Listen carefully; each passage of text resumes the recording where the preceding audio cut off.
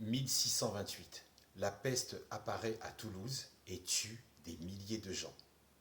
De 1628 à 1631, on compte plus de 50 000 décès et on l'appelle la peste noire. Ceux qui avaient un toit mouraient à domicile, mouraient en famille. Et je ne te parle pas de tous ceux qui mouraient dans la rue. Ensuite, il y a 4 lascars qui ont trouvé une méthode pour s'enrichir de manière illégale. Ils entraient par effraction dans les habitations. Ils prenaient tout ce qui avait de la valeur. Ils dépouillaient les cadavres. Et à force de visites de chacune de ces habitations, ils ont cumulé un magot de dingue. Jusqu'au jour où ils se font serrer par les autorités. Donc, arrêtés, emprisonnés, jugés pour leurs méfaits, et la sentence à l'époque, c'est la pendaison ou brûler sur le bûcher. Mais le juge se questionne.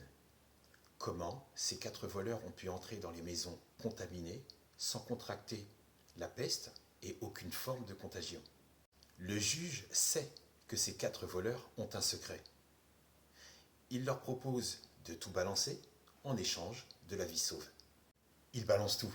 Ok, on a pris du vinaigre, on y a mis de l'ail frais, quelques épices, quelques aromates et on laisse bien macérer. On se frictionne tout le corps de cette potion, ensuite une cuillerée à soupe avant d'aller braquer les maisons contaminées.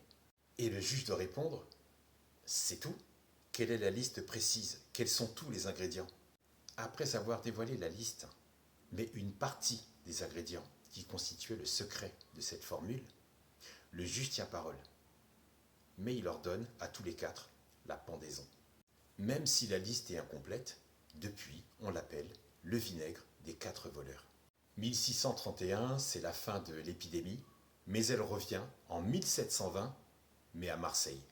Pendant qu'on était tous dans l'obligation de rester chez nous, avec le slogan sur les différents réseaux sociaux « Je sauve des vies, je reste chez moi », je consommais et je consomme encore le vinaigre des 4 voleurs.